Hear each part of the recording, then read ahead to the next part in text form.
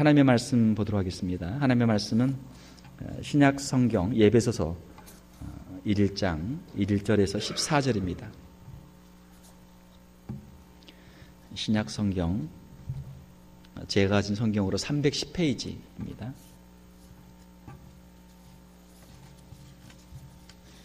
에베소서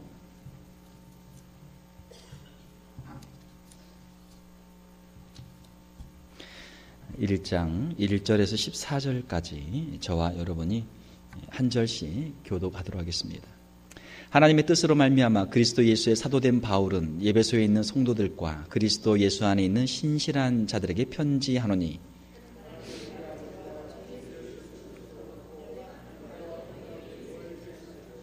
찬송하리로다. 하나님 곧 우리 주 예수 그리스도의 아버지께서 그리스도 안에서 하늘에 속한 모든 신령한 복을 우리에게 주시되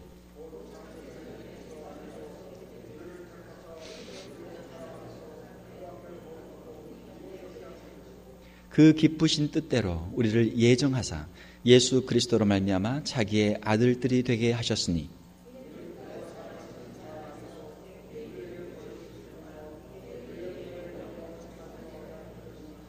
우리는 그리스도 안에서 그의 은혜의 풍성함을 따라 그의 피로 말미암아 속량 곧 죄 사함을 받았느니라.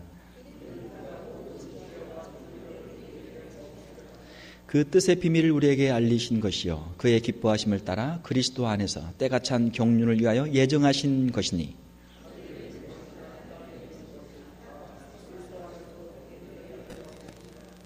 모든 일을 그의 뜻의 결정대로 일하시는 이의 계획을 따라 우리가 예정을 입어 그 안에서 기업이 되었으니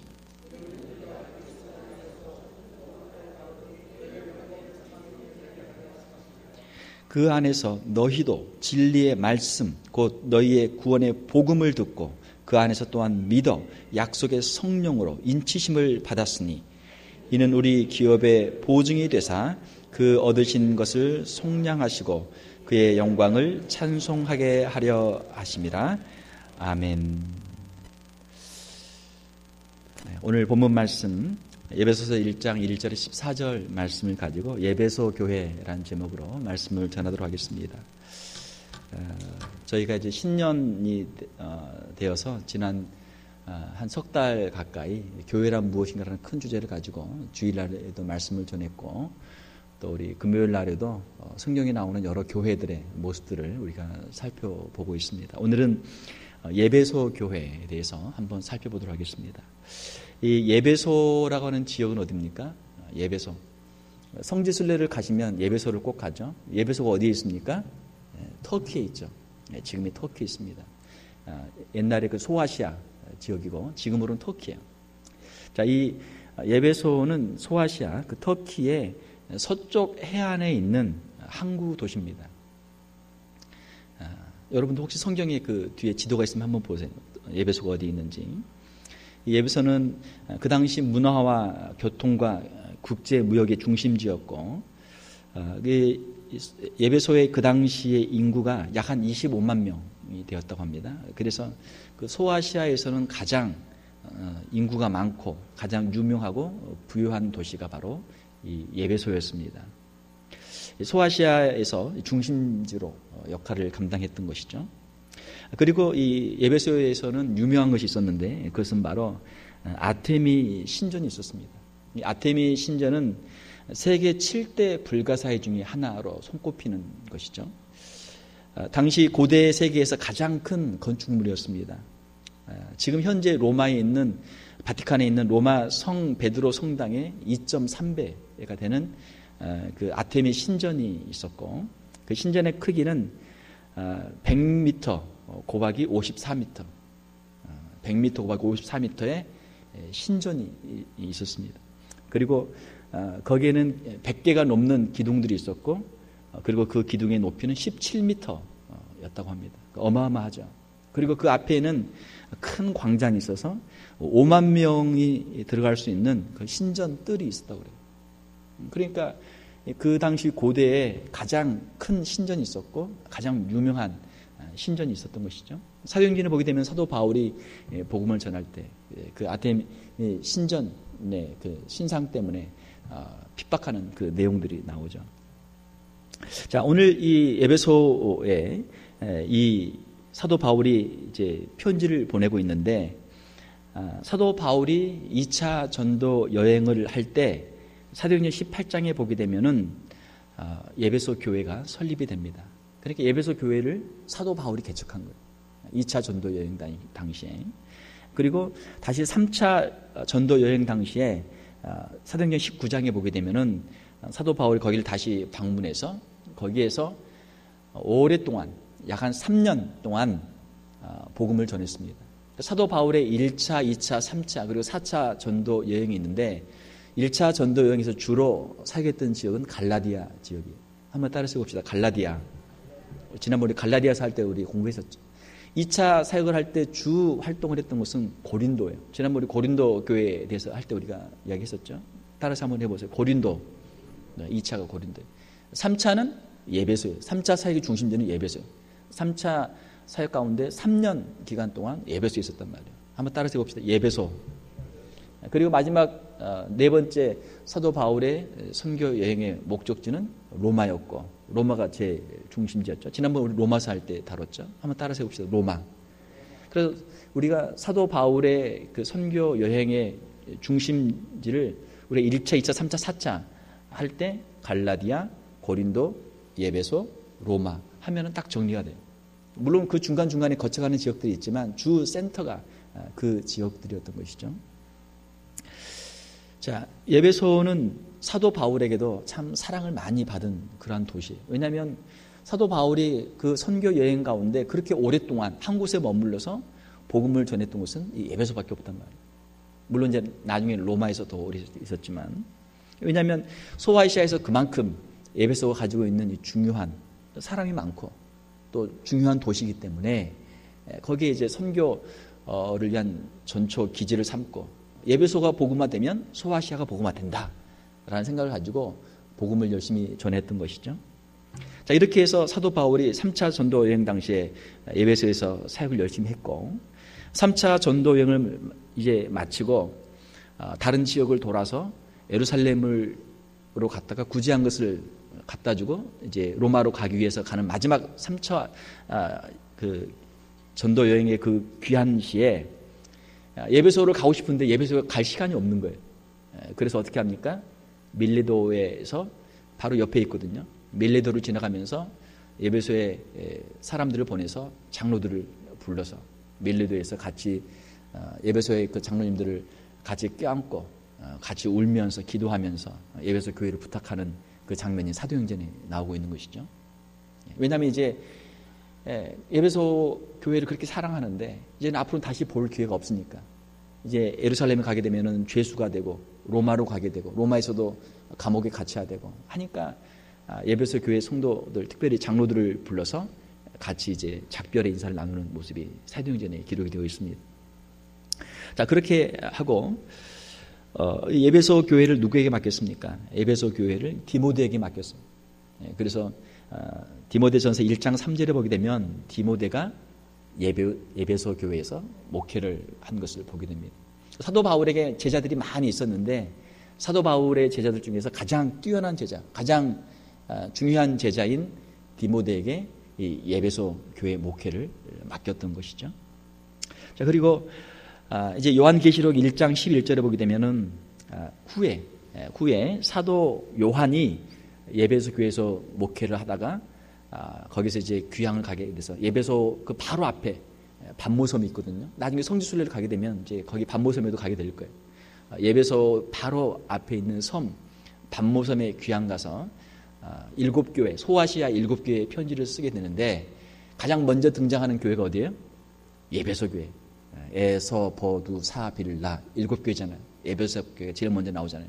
예배소 교회 그리고 나머지 교회들의 편지를 써서 요한계시록을 사도 요한이 보내게 되는 것이죠. 그러니까 예배소 교회가 사실은 요한계시록에 수신하는 교회 중에 가장 첫 번째 교회고 가장 중요한 교회고 핵심적인 교회가 되는 것이죠. 예배소 교회는 사도 바울로부터도 편지를 받고 또 사도 요한으로부터 편지를 받는, 사랑을 받는 아주 그런 귀한 교회가 바로 에베소 교회입니다.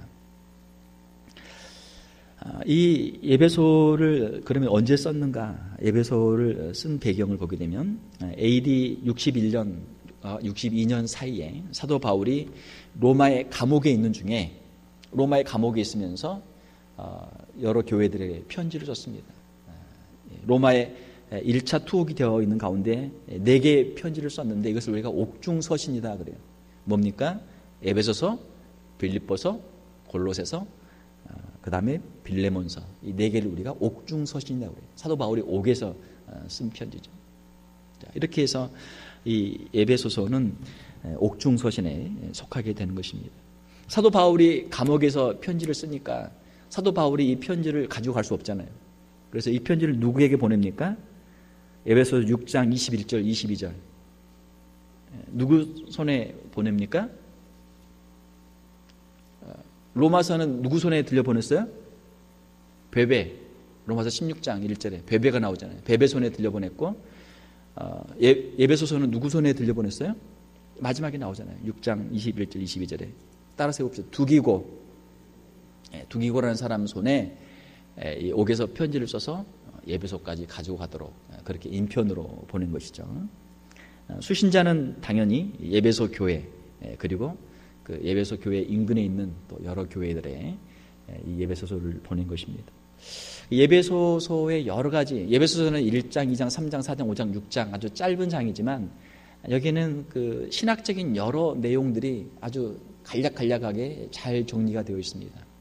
에베소서 우리가 읽었던 1장 첫 부분에는 성부, 성자, 성령 삼위일체 하나님의 구원 사역이 기록이 되어 있고 그 다음에 1장 후반부와 2장에서는 예수 그리스도와 교회의 관계, 교회론이 기록이 되어 있고 그리고 에베소서 5장에 보게 되면은 에베소서 물론 2장 그 앞부분을 보게 되면 구원론 부분이 더 있고 그리고 5장에 보게 되면은 가정에서 부부 사이 어떻게 할 것인지 우리 결혼식 할 때 주례할 때 많이 하잖아요. 그러니까 부모와 자녀 사이 어떻게 할 것인지 그리고 6장에 가게 되면은 성령의 하나님의 전신갑주 이러한 말씀들 아주 유명한 말씀들이 에베소서에 많이 기록이 되어 있습니다. 에베소서는 이제 여러 가지 그 내용들이 많지만 아마 에베소서가 가장 교리적으로 중요한 부분은 교회론이라고 하는 것이죠. 교회론. 창세기에서부터 요한계시록까지 신구약 66권 가운데 우리가 교회론을 다루려고 하면은 에베소서를 보게 돼 있어요. 에베소서 안에 교회론의 핵심적인 내용들이 다 들어 있습니다. 교회를 설립하신 하나님의 목적과 또 우리 성도들이 서로 함께 연합하고 일치해야 될 필요성 그리고 모든 그 연합과 일치의 근거가 되시는 예수 그리스도 이러한 내용들이 에베소서에 기록이 되어 있는 것이죠. 에베소서에 보게 되면은 교회에 대한 비유들이 한 4가지 정도가 등장합니다. 1장 23절에 보게 되면은 교회를 몸으로 비유했고 예수 그리스도를 머리로 그렇게 비유하고 있고 에베소서 2장 21절에 보게 되면은 이 교회를 하나의 건물 성전으로 비유하고 있고 예수 그리스도를 이 건물의 모퉁이 돌로 그렇게 비유를 하고 있죠. 그 다음에 에베소서 5장 23절 또 5장 32절에 보게 되면은 교회와 예수 그리스도의 관계를 남편과 아내의 관계로 신랑과 신부의 관계로 그렇게 비유적으로 말씀하고 있고 그 다음에 에베소서 6장 11절 이하 20절까지 보게 되면은 우리 교회를 군인들, 병사들, 영적인 싸움을 싸우는 군병들로 그렇게 비유를 하고 있죠. 물론 예수 그리스도는 대장이 되시죠. 자, 이러한 여러 가지 비유를 통해서 우리 교회가 무엇인가 어떠한 곳인가를 말씀을 해주고 있습니다. 오늘 우리가 읽은 말씀 다시 한번 보면 에베소서 1장 1절에서 14절 말씀 한번 보겠습니다. 여기에 보게 되면은 여기에는 구원론의 핵심적인 내용들이 기록이 되어 있는데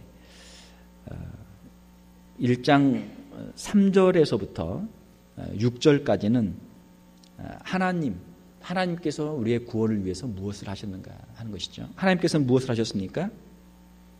4절을 보게 되면 창세전에 그리스도 안에서 우리를 택하사 창세전에 온 우주 만물을 하나님이 만드시기 전에 하나님의 영원하신 지혜, 하나님의 영원하신 작정 속에서 하나님께서 구원받을 사람들을 택하셨다라고 하는 것이죠. 이것을 우리가 예정이라고 그래요. 예정, predestination. 5절에 보게 되면 그 기쁘신 뜻대로. 그러면 우리를 하나님이 예정하신 그 이유는 무엇인가? 우리에게 특별한 무엇이 있어서가 아니고 하나님의 기쁘신 뜻대로, 하나님께서 원하셔서, 하나님이 그것을 기뻐하셔서 하나님이 저와 여러분들을 하나님이 예정하셨다라는 것이죠. 그 기쁘신 뜻대로 우리를 예정하사 예수 그리스도로 말미암아 자기의 아들들이 자녀들이 되게 하셨으니. 이렇게 해서 6절에 이는 그가 사랑하시는 자 안에서 우리에게 거저 주시는 바, 우리에게 거저 주시는 건 뭐예요? 하나님의 구원, 하나님의 구원의 은총을 우리에게 거저 주시는 거예요. 거저 주시는 바 그의 은혜의 영광을 찬송하게 하려는 것이라. 그러므로 하나님의 그 은혜를 받은 사람들이 해야 될 건 뭐예요? 찬송하는 것. 찬송하는 것. 이사야에도 보게 되면은 하나님께서 이 백성을 지었는데 나를 찬송하려 합니다. 아셨죠? 찬송하기 우리를 지었다. 요한계시록에 보게 되면은 요한계시록 4장, 7장 또 여러 곳에 보게 되면은 천국에서 하나님께 예배하는, 찬양하는 모습들이 있죠. 찬양하는 모습. 사랑하는 성도 여러분, 찬양할 때 하나님이 가장 기뻐하시는 줄 믿습니다. 찬양할 때 누가 제일 싫어하겠어요? 마귀가 제일 싫어해요. 마귀는 뭘 좋아해요? 마귀는 불평하고 원망하고 싸우는 걸 좋아해요. 그런데 기쁘게 찬송하면 마귀가 싫어해요. 마귀가 도망갑니다. 찬송하면 마귀가 7길로 도망가는 줄 믿습니다. 찬송을 많이 해야 돼요. 찬송. 혼자 있을 때도 찬송하고 같이 모였을 때도 찬송하고 찬송을 많이 해야 돼요. 하나님께서 하신 일은 무엇입니까? 우리의 구원을 위해서 예정하신 거예요. 예정하신 거예요. 자, 그리고 그 다음에 7절에서 10절에 보게 되면 여기는 성자, 예수님께서 우리의 구원을 위해 하신 일들이 기록이 되어 있죠. 우리는 그리스도 안에서 그의 은혜의 풍성함을 따라 그의 피로 말미암아 속량 곧 죄 사함을 받았느니라. 이제 우리가 다음 주면 고난주간, 예수님이 십자가에 달리시는 다음 주가 성금요일이잖아요. 예수님이 십자가를 지시는 그 날을 기념하는 성금요일인데 예수님이 왜 십자가를 지셨습니까? 우리의 죄를 대신 담당하기 위해서 주님이 십자가를 지신 것이죠. 주님이 십자가를 지셨어요. 십자가를 지심으로 우리의 죄를 대속하시고 우리의 죄를 사해 주셨습니다. 예수 그리스도의 그 십자가를 바라보는 자, 예수 그리스도를 믿는 자마다 하나님의 은혜로 죄 사함의 은총을 누리게 되는 줄 믿습니다. 저와 여러분들이 예수님을 바라보고 예수님의 십자가를 의지하고 그 안에서 온전한 참된 죄 사함을 누릴 수 있기를 주님의 이름으로 축원합니다. 이것이 복음이에요. 이것이 복음. 그러니까 성경을 왜 기록했는가? 성경을 기록하신 목적은 하나님께서 우리를 사랑하시고 우리에게 예수 그리스도를 보내주시고 예수님이 우리를 위해 십자가를 지시고 우리의 죄를 대신하여 주셨다. 그러므로 우리의 죄를 회개하고 예수님을 믿을 때 하나님께서 영원한 천국을 우리에게, 영생을 우리에게 약속해 주신다라는 것을 우리에게 전해 주시기 위해서 성경을 기록하신 거예요. 이것을 우리가 바로 깨달으면 성경을 바로 읽은 거예요. 근데 성경을 아무리 읽어도 이 하나님의 은혜에 대해서, 이 복음에 대해서 깨닫지 못하면 성경을 잘못 읽은 것이죠. 아무 효과가 없단 말이에요. 사랑하는 성도 여러분, 우리가 다른 건 몰라도 이거 하나만은 우리가 분명하게 요한복음 3장 16절에 있는 것처럼 하나님이 세상을 이처럼 사랑하사 독생자를 주셨으니 이는 그를 믿는 자마다 멸망치 않고 영생을 얻게 하려 하심이니라. 이 말씀 안에서 우리가 이 복음 안에서 참된 자유와 기쁨을 누릴 수 있는 저와 여러분들이 다 될 수 있기를 주님의 이름으로 축원합니다. 이걸 우리가 마음에 확신해야 돼요. 여러분 믿습니까? 이걸 확신해야 돼요. 우리가 예수님을 믿을 때 우리에게 영원한 생명이 있습니다. 이걸 우리가 믿어요. 이걸 믿고 우리가 이걸 전하는 거예요. 이걸 우리의 자녀들과 우리의 이웃들과 우리의 형제들에게 전하는 것이죠. 자, 예수 그리스도께서 2000년 전에 이 땅에 오셔서 십자가에서 우리 죄를 대신하여 죽으셨어요. 이것을 복음서가 기록하고 있고, 자, 그리고 예수님께서 죽으실 뿐만 아니고 죽은 지 3일 만에 다시 부활하셨어요. 할렐루야. 부활하셨어요.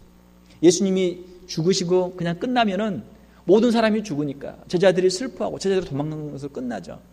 그러나 예수님이 그리스도라는 것, 예수님이 메시아라는 것, 예수님께서 우리의 죄를 대속할 수 있는 능력이 있다는 것을 어떻게 보여주셨어요? 부활로 말미암아. 예수 그리스도의 부활로 말미암아 예수님이 보통 사람이 아니고 일반 사람이 아니고 자신의 죄를 지고 자신의 죄 때문에 죽은 사람이 아니고 다른 사람을 구원할 수 있는 하나님의 아들, 독생 성자 예수 그리스도, 메시아인 것을 부활로 증거하셨단 말이에요. 우리가 교회에서 가장 크게 우리가 지키는 절기들이 여러 가지가 있는데 가장 크게 지키는 절기 두 개가 있다면 하나는 성탄절이고 하나는 부활절이에요. 성탄절은 누구나 다 지키는 거예요. 메리 크리스마스. 안 믿는 사람도 성탄 캐롤 부르고 추리하고 카드 보내고 다 함께 즐겨요. 왜? 예수님이 오셨다. 이게 그렇지. 사람이 태어날 수 있는 거지. 아주 훌륭한 분이 오셨으니까 축하해야지. 즐겨야지. 에브리바디. 모든 사람이 다 성탄절은 같이 즐긴단 말이에요. 그러나 부활절은 믿는 사람만 부활절을 즐기는 거예요. 저와 여러분들이 그 부활절의 기쁨에 함께 동참할 수 있기를 주님의 이름으로 축원합니다. 안 믿는 사람들에게는 부활절이 뭐예요? 그건 넌센스. 조크란 말이에요. 조크. 부활절 말도 안 되는 거. 여행이나 가자. 부활절에 일하러 가자. 놀러 가자. 왜? 부활절이 그들하고 아무 상관이 없으니까. 성탄절을 지키는 것을 봐서는 그 사람이 믿는 사람인지 안 믿는 사람인지 알 수 없단 말이에요. 왜? 부활절을 봐야죠. 부활절을 지키는 걸 볼 때 이 사람에게 부활의 신앙이 있는지 예수님에 대한 분명한 신앙이 있는지를 우리가 알 수 있단 말이에요. 그러니까 부활이 우리에게 중요하죠. 부활의 소망이 없으면 어떻게 돼요? 고린도전서 15장에 있는 것처럼 사도 바울이 말한 것처럼 부활이 없으면 우리가 전하는 것도 헛것이고 거짓말이고 우리가 아무 쓸모없는 그런 사람이 되고 말 것이다. 부활이 없다면 우리가 이 하는 모든 것이 다 헛된 것이 된다. 부활이 있기 때문에 우리에게 천국의 소망이 있기 때문에 이 땅에서 우리의 헌신과 사역과 복음 전파와 주의 몸된 교회를 충성하는 모든 일들이 의미가 있고 영원한 천국에서 그 일들이 귀한 상급이 되는 줄 믿습니다. 부활의 소망이 우리에게 있어야 돼요. 부활의 소망. 부활절에 이제 한 주하고 한 3일, 한 열흘 남았는데 부활의 소망이 있어요. 부활의 소망. 물론 우리가 사순절을 지나면서 고난주간을 지나면서 예수님의 고난에 대해서 십자가에 대해서 묵상하지만 십자가도 중요하지만 십자가로 끝나면 안 돼요. 뭐가 있어야 돼요? 부활이 있어야 돼요. 부활의 소망이 있어야 돼요. 그러므로 우리가 참 미국 사람들 참 재밌어요. 굿 프라이데이. 우리 같으면 예수님이 돌아가신 날이니까 얼마나 슬퍼요. 새드 배드 프라이데이가 돼야 되는데 미국 사람들한테는 이게 굿 프라이데이입니다. 굿 프라이데이. 왜? 예수님이 우리의 죄를 대신하신 날이고 예수님이 비록 죽으셨지만 예수님이 다시 3일 만에 부활하실 소망이 있기 때문에 이 날이 굿 프라이데이가 되는 거예요. 믿습니까? 예. 그러니까 우리가 연약함 가운데 있을지라도 이것이 우리의 끝이 아니란 말이에요. 우리에게 부족한 것이 있을지 이게 끝이 아니란 말이에요. 우리에게는 부활의 소망이 있는 것이죠. 자, 예수님께서 우리의 죄를 사하시고 다시 부활하셨죠. 자, 그리고 13절, 14절에 보게 되면 그 안에서 예수 그리스도 안에서 너희도 진리의 말씀, 너희의 구원의 복음. 우리의 믿음은 어디에서 납니까? 말씀을 들으면서 나요. 하나님의 말씀을 들을 때, 복음을 들을 때 우리 믿음이 생기는 거예요. 지난번 우리 부흥강사 오신 목사님도 말씀하셨지만 전도를 우리가 그 사람을 어떻게 할까? 그러면 우리는 뭔가를 하려고 하면 힘들어 못해요. 우리는 뭐만 하면 된다고요? 뿌리기만 하면 돼. 뿌리면 돼. 무엇을 뿌려요? 씨앗. 무슨 씨앗? 하나님의 말씀, 하나님의 복음. 복음의 씨앗을 뿌리는 거예요. 요한복음 3장 16절. 복음을 뿌리는 거예요. 전도지, 사역리 뿌리는 거예요. 우리는 죄인이고 하나님 우리를 사랑하셨고 예수님이 이 땅에 오셔서 우리의 죄를 대신하셨고 예수님을 믿기만 하면 하나님께서 우리의 죄를 사해 주십니다. 영접기도 하는 거예요. 그러면 하나님께서 택하신 사람들은 그들의 마음이 열려서 그 복음을 받아들이고 그들 가운데 믿음이 생기고 회개의 역사가 일어나고 하나님의 자녀가 되는 역사들이 일어나는 줄 믿습니다. 우리는 거기에 쓰임받는 것뿐이에요.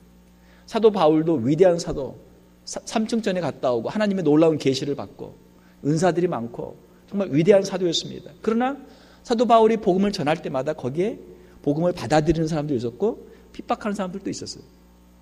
항상 찬반이 있단 말이에요. 복음을 전할 때 받아들이는 사람이 소수의 사람들이 있고 또 핍박하는 대다수의 사람들이 있어요.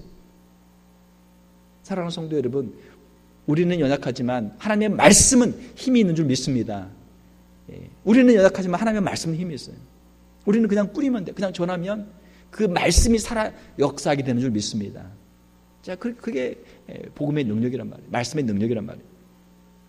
진리의 말씀 곧 너희의 구원의 복음을 듣고 그 안에서 또한 믿어 약속의 성령으로 인치심을 받았으니. 자, 성령께서 인을 쳤어요. 인이 뭡니까? 도장. 성령께서 말씀을 우리가 듣고 말씀을 믿을 때 성령께서 도장을 탁 찍어. 넌 됐다. 너는 하나님의 백성. 너는 하나님의 자녀. 도장을 딱딱 찍어줘요. 너는 내 것. 너는 내 것이라. 한번 따라서 해봅시다. 너는 내 것이라. 성령께서 도장을 딱 찍어주시면 너는 내 것이라. 여러분의 심령 가운데 성령님의 이 도장이 다 있습니까? 예, 그게 뭐예요? 성령 세례. 성령 세례. 요한복음 3장에 보게 되면은 사람이 물과 성령으로 거듭나지 않냐면 하나님 나라에 들어갈 수 없느니라. 회개, 물로 씻는, 죄를 씻는 회개와 성령께 주시는 그 믿음, 확신. 아, 예수님께서 내 죄를 위하여 죽으셨구나. 하나님이 나를 사랑하셔서 나를 하나님께서 구원하셨구나. 천국에 있구나. 천국의 소망을 갖는 그 믿음이 딱 생긴 거예요. 성령 세례를 받을 때 우리 안에 성령께서 도장을 딱 찍어주세요. 너는 내 것이다. 자, 예수 그리스도를 구주로 영접한 사람이 그 구원을 이룰 수 있습니까? 없습니까? 이룰 수 없어요. 왜? 로마서 8장에 있는 것처럼 하나님께서 붙잡고 있으니까. 하나님의 손에서 그를 빼앗을 사람이 아무도 없단 말이에요. 하나님이 예정하시고 하나님이 선택하시고 예수 그리스도께서 십자가에서 대속해 주시고 성령께서 그의 심령 가운데 도장을 딱 찍어주셨기 때문에 그 사람을 누구도 빼앗아갈 수 없단 말이에요. 요한복음에 있는 것처럼 예수님의 손에서 빼앗을 자가 없고 또 로마서에 있는 것처럼 하나님의 그 손에서 빼앗을 자가 없고 요한복음에도 있죠. 하나님의 손에서 빼앗을 자가 없단 말이에요.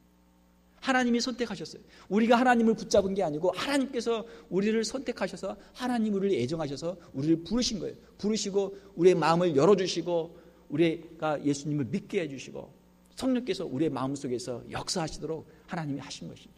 할렐루야. 자, 그러니까 우리의 구원이 확실하죠. 우리 구원이 확실한 거예요. 성령으로 인치심을 받았으니 13절 14절은 성령의 역사죠.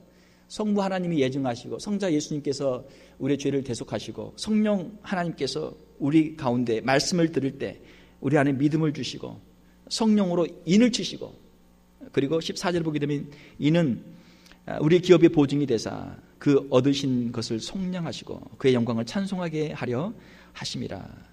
우리 기업의 보증이 되는데 누가 우리의 기업의 보증이 됩니까? 여기 아주 중요한 주어가 빠져 있어요. 우리 번역 성경에. 영어로는 여기 who is a deposit guaranteeing our inheritance 이렇게 NIV 성경에 그렇게 기록이 되어 있죠. 누구냐면 누가 우리 기업의 보증이 되냐면 성령께서 우리 기업의 보증이 되신다는 거예요. 우리 기업은 무엇입니까? 우리 기업은 천국. 보증은 뭐예요? 여기서 이 보증은 그걸 미리 일부의 값을 치르는 거예요. 보증. 나중에 이걸 다 하겠지만 미리 디파짓을 한단 말이에요. 내가 이것을 물건을 살 때 내가 이걸 사야 되는데 일단 만약 이게 100불짜리면 임시로 한 20불 먼저 주고 그 다음에 나중에 80불을 주고 해서 완전히 자기 것으로 삼는 거예요. 자, 이것은 성령께서 우리 안에 거하셔서 우리 안에 하나님의 영광을 보여주시고 복음의 빛을 비춰주시고 천국의 기쁨을 주시고 천국의 그 현재를 우리로 하여금 임시적으로 누리게 하시는 거예요. 복음서에 보게 되면은 주님께서 귀신을 내쫓으시면서 성령께서 역사하시는 게면 하나님의 나라가 이미 너희 가운데 임하였다. 그렇게 말씀하셨죠. 성령이 하나님의 영이니까 성령이 우리 안에 거하시면 우리가 하나님의 성전이 되고 우리 안에 이미 하나님의 나라가 부분적으로 이루어진단 말이에요. 이것을 여기에서 기업의 보증이다, 디파짓이다 그렇게 이야기하는 것이죠. 성령께서 우리 안에 계신 것을 볼 때 우리가 이 땅에 살면서도 이 천국을 이렇게 맛보는데 우리가 영원한 천국에 가면 거기에는 얼마나 큰 기쁨이 있을까. 성령 충만한 성도들 죄를 회개하고 죄를 이기고 성령님의 인도하심 안에서 영원한 천국의 소망을 가지고 성령 충만한 성도들, 사랑에 충만한 성도들, 은혜가 충만한 성도들, 그 심령이 얼마나 기뻐요. 이것은 우리가 천국에서 누릴 그 기쁨과 영광의 아주 작은 부분이란 말이에요. 아, 천국이 바로 이런 곳이구나. 천국은 이보다 100배, 1000배, 10,000배 큰 영광과 기쁨이 있는 곳이구나 하는 것을 우리가 깨닫게 되는 거예요. 성령께서 우리 안에 계실 때 우리 안에 이 천국의 소망을 갖게 되는 것이죠. 자, 이렇게 성부, 성자, 성령께서 우리 안에 구원의 역사를 이루어 주신다. 구원론에 관련된 말씀이죠. 자, 에베소는 사도 바울이 3년 넘게 있으면서 3년 동안 있으면서 거기서 끊임없이 제자들을 가르치고 두란노 서원에서 말이죠. 처음에는 회당에서 가르치고 나중에는 따로 제자들을 불러 모아서 거기서 제자들을 2년 6개월 동안 두란노 서원에서 가르치고 또 가르치고 제자 훈련을 총 3년 동안 아주 철저하게 했던 곳이 바로 에베소란 말이에요. 그것을 이제 다시 한번 여기서 리마인드를 해주는 거예요. 복습을 해주는 거예요. 사랑하는 성도 여러분, 사도 바울이 전한 이 복음, 에베소 교회 성도들이 가졌던 이 구원의 기쁨과 감격이 저와 여러분들에게 우리 교회에 임할 수 있기를 주님의 이름으로 축원합니다. 오늘 구원론 말이 나왔으니까 다시 한번 정리를 한번 해보죠. 구원의 서정, 구원의 순서가 10가지가 있다 말씀을 드렸죠. 첫 번째는 뭡니까? 여러분 한번 쓰세요. 한번 쓰시고 이건 제가 계속 확인할 거니까. 첫 번째는 예정은 누가 하시는 것입니까? 하나님 하시는 것. 두 번째는 뭡니까? 소명, 우리를 부르신단 말이에요. 콜링, 부르시는데 일반적인 소명이 있고 effectual, 제너럴한 게 있고 effectual한 게 있어요. 제너럴한 것은 그냥 복음 전도자들이 믿어라, 예수 믿어라, 예수 천당 불신조 복음을 전한단 말이에요. 그러면 그냥 듣고 흘리는 거예요. 이거는 그냥 일반적인 소명이고 부르심이고, 유효한, 우리 마음속에 효과적으로 일어나는 소명이 있는데 그것은 하나님의 택한 자들에게만 임하는 것이죠. 하나님께서 그걸 듣는 가운데 저런 소식이 있구나, 저런 게 있구나, 거기에 귀가 이렇게 가면서 마음이 열리면서 그 말을 듣게 된단 말이에요. 이걸 우리가 유효적 소명이라고, 소명, 콜링, 하나님이 부르시는 것이죠. 하나님의 복음 전도자를 통해서 이 말씀을 통해서 우리를 부르신단 말이에요. 세 번째, 중생. 그래서 중생은 좁은 의미의 중생이죠. 우리의 내적 중생을 말하는 거예요. 우리가 그 말씀을 들을 때 우리 안에서 죽었던 영이 다시 살아나요. 에베소서 2장에 보게 되면은 너희가 허물과 죄로 죽었던 너 영을 살리셨다 그랬어요. 우리가 죽어 있어요. 죄로, 허물로 우리가 죽어 있어요. 우리의 영이 죽어 있어요. 하나님을 향해서 우리가 무지하고 하나님을 싫어하고 우리의 영이 죽어 있어요. 그것을 성령께서 하나님의 말씀을 듣는 가운데 우리 심령 가운데서 우리의 심령을 새롭게 하세요. 중생의 역사가 일어나요. 자, 그때 우리의 심령 가운데 어떤 일이 일어납니까? 네 번째로 회개의 역사가 일어나요. 회개의 역사. 내가 그동안 하나님을 떠나 있었구나. 내가 지금 죄악 가운데 살고 있구나. 자기의 죄가 막 보이기 시작하는 거예요. 전에는 몰랐는데 하나님의 말씀을 듣게 되면, 성령께서 역사하시면 막 자기의 죄가 막 보이기 시작하는 거예요. 내가 어떻게 이렇게 큰 죄를 짓고 살았던가. 그 죄가 막 싫어지고 죄 때문에 눈물이 나오고 통에 자복하며 회개하게 돼요. 회개의 역사가 일어나죠. 그리고 그 죄에서 돌아서서 예수 그리스도를 바라보게 됩니다. 하나님을 의지하고도 내 힘으로는 내가 스스로 구원받을 수 없구나. 내가 하나님의 앞에 큰 죄인이구나. 이걸 깨닫고 예수님을 찾게 돼요. 예수님을 붙잡게 돼요. 이것이 구원받는 회개예요. 구원받는 회개. 사랑하는 성도 여러분, 저와 여러분의 인생 가운데 이 구원받는 회개가 반드시 있기를 주님의 이름으로 축원합니다. 그리고 우리는 이 구원받는 회개에 간증을 해야 돼요. 내가 언제 어떤 계기를 통해서 말씀을 들었고 내 안에 성령의 역사가 있었고 내 죄를 회개하고 내가 예수님을 믿게 됐습니다. 내가 구원받았습니다. 우리 각자에게 육적인 출생의 날이 있는 것처럼 우리의 영적인 출생의 날도 우리가 어느 정도는 기억을 해야 돼요. 정확히 몇 날, 몇 시 우리가 시간을 모른다고 할지라도 어느 정도 자기의 삶 속에서 내가 어떤 모태신앙이든 나중에 성령 가운데 예수를 믿었든 간에 자기의 죄를 회개하고 예수 그리스도를 구주로 영접한 분명한 신앙의 고백들이 있어야 돼요. 그것이 회개고 그것이 믿음이에요. 구원받는 회개고 구원받는 믿음이, 그 믿음이 있어야 돼요. 예수 그리스도를 구주로 영접합니다. 다섯 번째가 믿음이에요. 죄를 회개하고 나면 그 다음에 예수 그리스도를 구주로 영접하는 거예요. 구주를 예수 그리스도 내 마음속에 영접해요. 영접하는 자 곧 그 이름을 믿는 자들이 하나님의 자녀가 되는 권세를 주셨으니, 요한복음 1장 10절에 있는 것처럼 우리가 예수 그리스도 구주로 영접할 때 그 다음 어떻게 됩니까?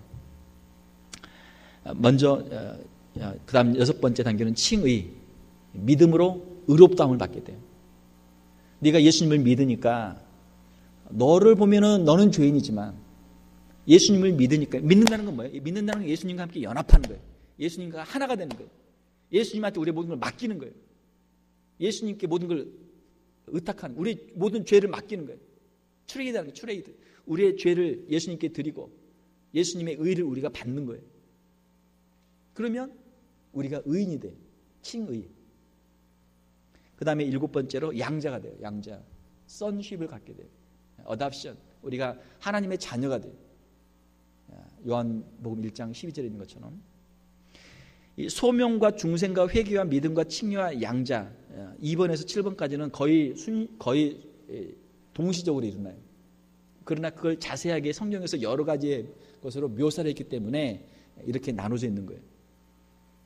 유효적 소명과 중생과 회개와 믿음과 칭의와 양자는 동시적으로 일어나요. 동시적으로. 자, 이것은 예수 그리스도를 구주로 영접한 사람에게 일어나는 일이죠. 이걸 다 누가 하시는 일이에요? 이것은 성령께서 하시는 일이에요. 성령께서 우리에게 예수님의 그 십자가의 사역을, 예수 그리스도의 그 놀라운 부활의 역사를 우리 삶 속에 적용시켜 주시는 거예요. 성령의 역사를 통해서 우리가 예수님과 함께 십자가에 못 박혀 우리의 죄가 죽고, 예수님과 함께 십자가에서 우리가 부활의 능력을 체험해서 우리의 죄를 버리고 새 사람을 입고 새로운 사람으로 우리가 거듭난 삶을 살게 되는 거예요. 이것이 바로 예수님을 죽은 자 가운데서 살리신 그 부활의 성령께서 우리를 죄와 사망 가운데서 죽어있는 우리의 영을 살리시고 우리를 새로운 사람으로 만드시는 성령의 역사예요. 저와 여러분들이 바로 이러한 성령의 역사의 증인들이에요. 성령의 역사의 증인들이에요. 사랑하는 성도 여러분, 우리가 예수님을 믿고 변화된 삶을 살면서 성령님의 역사를 체험하는 저와 여러분들이 다 될 수 있기를 주님의 이름으로 축원합니다. 예수님의 제자들은 부활하신 예수님을 보고 부활하신 예수 그리스도를 증거하면서 부활의 증인이 됐어요. 우리는 어떻게 예수님의 부활의 증인이 됩니까? 예수님께서는 우리 안에 살아계세요. 우리 안에 살아계세요. 예수 그리스도를 구주로 영접할 때 예수님께서 우리 안에 예수의 영으로, 그리스도의 영으로 우리 안에 와 계시고 우리 안에 살아계세요. 우리에게 말씀하시고 우리를 교훈하시고 우리를 주님의 길로 인도하시면서 죄를 이기고 주님 앞에 귀하게 쓰임받는 삶을 살 수 있도록 우리를 인도해 주세요.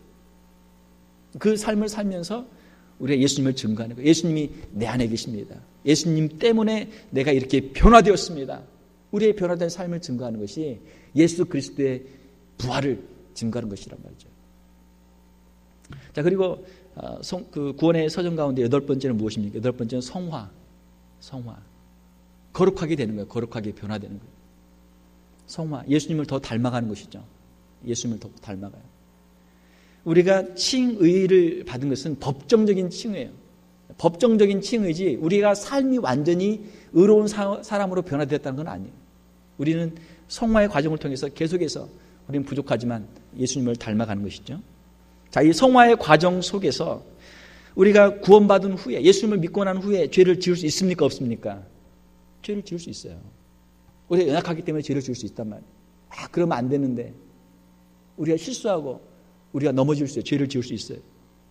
자, 구원받은 후에 우리가 실수하고 우리가 실패하고 넘어져서 지은 죄는 어떻게 됩니까? 회개해야죠. 회개해야 돼요.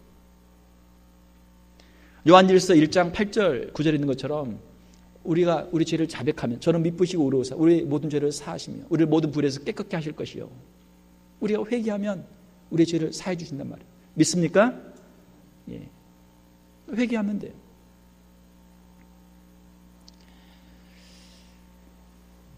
회개하면 어떻게 합니까? 회개하면 하나님께서 그 사람을 귀하게 여기시고 하나님 그 사람을 다시 사용해 주세요. 귀하게 하나님을 사용해 주세요. 하나님은 깨끗한 그릇을 사용하세요. 하나님은 거룩한 성결한 사람들을 사용하세요. 우리가 죄를 회개하면 하나님께 우리가 쓰임받을 수 있습니다. 회개하면 하나님께 쓰임받을 수 있어요.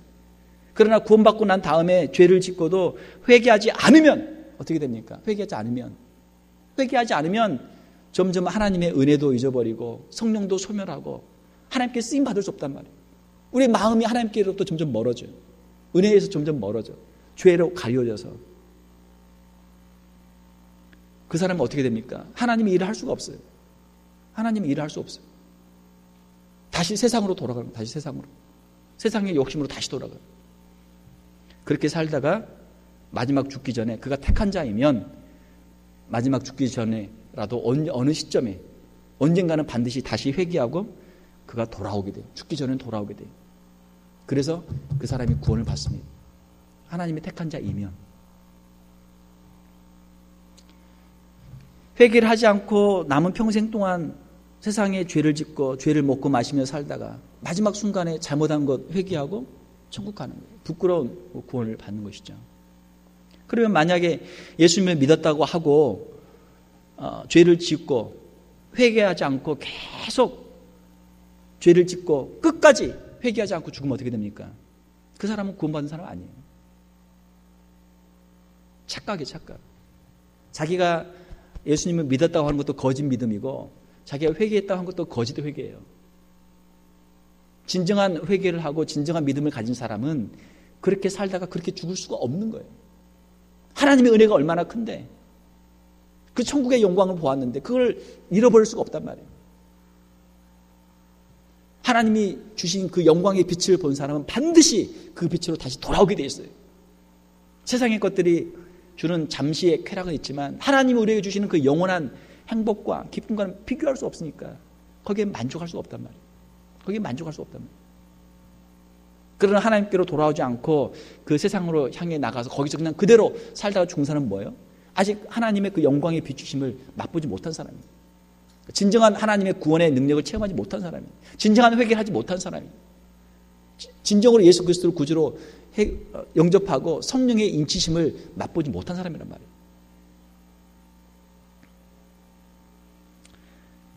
성화는 우리가 평생토록 예수 그리스도를 바라보고 예수 그리스도를 의지하고 예수 그리스도를 닮아가고 또한 우리의 삶 속에 있는 죄를 회개하면서 예수님을 향해 가는 것이 성화의 과정입니다. 그리고 9번째는 무엇입니까? 9번째는 견인, perseverance of the saint, 성도의 인내, 환난과 핍박 가운데서 인내하는 거예요. 우리가 믿는 사람끼리 있으면은 내가 믿는 예수님 당신도 믿어요. 예수님 믿기 진짜 힘든데 어떻게 예수님 믿었어요? 진짜 너무너무 반가워요. 너무너무 좋아. 예수 믿는 사람, 여기도 예수 믿는 사람이 있네. 예수 믿는 사람만 만나면 손잡고 그냥 서로 얼싸안고. 교회가 그런 곳이란 말이에요. 그러나 교회 밖을 나가면 어때요? 야, 어떻게 그런 옛날 무식한 그런 종교를 아직도 믿고 있니? 이 21세기 이 과학시대에 죽고 난 다음에 우리가 어떻게 될지 아무도 모르는데 그거 믿고 천국 간다고 그렇게 교회 다니고 있니? 사람들이 조롱한단 말이에요. 조롱해. 사람들이 무시하고 사람들이 조롱하고 사람들이 핍박해. 세상에서 술 한 잔만 하면 되지. 이거 그냥 잠깐만 해야지. 이것만 하면 되는데 이거 한다고 하나님이 아시냐? 누가 벌 주냐? 이것만 하면 괜찮아. 유혹이 있고 핍박이 있어요. 핍박. 이슬람의 핍박이 있고 공산주의의 핍박이 있고 세속의 물질의 핍박이 있고 세상에 핍박이 있다. 핍박. 그 핍박 가운데서 우리의 신앙을 지켜야 돼요. 신앙을 지켜야 돼요. 견인, 인내로 요한계시록에 나와 있는 그 모든 환난과 핍박들을 지나면서 신앙을 지키는 거예요. 왜? 이것이 귀하기 때문에. 이걸 결코 놓칠 수 없기 때문에. 사랑하는 성도 여러분, 여러분 안에 있는 예수 그리스도의 십자가와 그 부활의 복음, 성령의 인치심과 성령의 그 보증 여러분 간직하시고 그것을 놓지 않는 저와 여러분들 될 수 있기를 주님의 이름으로 축원합니다. 그걸 간직해야 돼요. 그것이 견인이에요. 그리고 모든 그 우리의 남은 인생을 다 살고 나면 마지막 순간, 마지막 10번째가 뭡니까? 영화. 우리의 육체의 모든 것을 다 벗어버리고 주님 앞에 서게 되면 영화, glorification, 구원의 마지막 단계가 이루어지게 되죠. 자, 우리의 구원은 하나님의 예정으로부터 시작해서 예수님의 대속으로 해서 성령의 소명과 중생과 회개와 믿음과 칭의와 양자와 성화와 견인, 이 모든 성령의 역사의 모든 과정을 지난 후에 마지막 영화의 단계에 도달할 때 우리의 구원이 완성되는 거예요. 우리의 구원이 완성되는 거예요. 우리의 구원은 하나님의 창세전의 예정부터 시작해서 예수 그리스도의 재림과 천국에 임하는 그 순간까지 긴 역사 속에서 우리의 구원은 완성돼 가는 거예요. 잘못된 교리를 말하는 사람들은 뭐 칭의 하나만 가지고 칭의만 받으면 뭐 구원이다. 성화를 무시하는 이단들도 있잖아요. 예수님 믿고 나면 그다음부터 마음대로 살아야 된다. 죄 회개할 필요 없다. 아니란 말이에요. 아니란 말이에요. 예수님을 진짜 믿었으면 죄를 버리고 죄를 회개하고 예수님을 닮아가면서 성화의 삶을 살게 되어 있단 말이에요. 시간이 많이 됐으니까 말씀을 맺겠습니다. 에베소서에는 참 귀한 말씀들이 많이 있어요. 에베소서 6장에 보게 되면은 하나님의 전신갑주가 있죠. 6장 12절에 우리의 씨름은 혈과 육을 상대하는 것이 아니요. 이 말은 무슨 말씀이에요? 우리의 원수는 혈과 육이 아니다. 사람이 아니란 말이에요. 우리가 싸워야 할 대상은 사람이 아니에요. 그 사람이 원수고 남편이 원수고 아내가 원수고 자식이 원수고 뭐 그 누가 원수고 그 사람이 아니란 말이에요.